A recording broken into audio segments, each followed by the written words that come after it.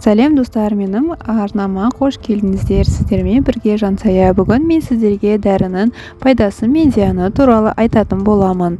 Иә, дәрігерлер осы сөзді жиі айтады. Барлық дәріні ағзаға пайдасымен қоса тигізер зияны да бар. Сондықтан мүмкіндігінше дәрі ішпеуге тырысып, ішкен жағдайда дәріні дұрыс іше білу жолдарын білу керек. Кез келген дәрі ағзаға екі жолмен барады: ішу мен егу арқылы. Егер дәрі ағзаға ішу арқылы түссе, оның жеткілікті түрде жақсы әсер беруіне кәдімгі күнде ішіп отырған тамақ кедергі болуы мүмкін. Дәрі ішіп алып артынан тойып тамақ жеп алсақ, ағзаға енді барған дәрі тамақпен араласып кетіп, нақты нәтиже бере алмайды. Екінші сөзбен айтсақ, дәрі мен ақшамыз далаға кетіп, еңбегіміз еш болады. Сол үшін дәріні дұрыс қабылдай білу шағын мәселе болып көрінгенімен өте маңызды. Көп адам дәрігердің айтқанын толық орындай бермейді.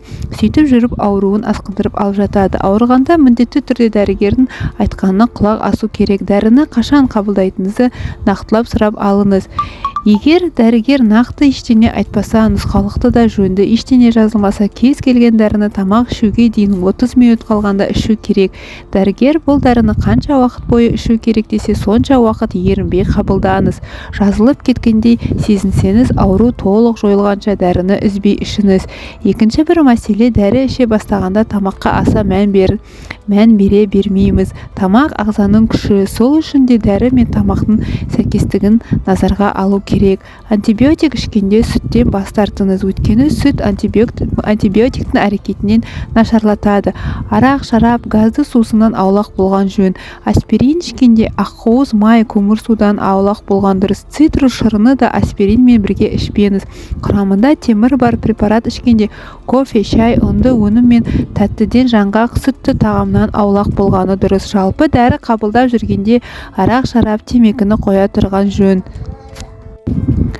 Қорыта келгенде, дәріні ішкен кезде дәрігер жазып берген кеңесті бұлжытпай орындаңыз. Себебі кейбір дәрінің өзіндік ерекшелігі бар, ал ол ерекшелікті тек дәрігер ғана біледі. Ауырмаңыздар. Назар аударып тыңдағандарыңызға рахмет.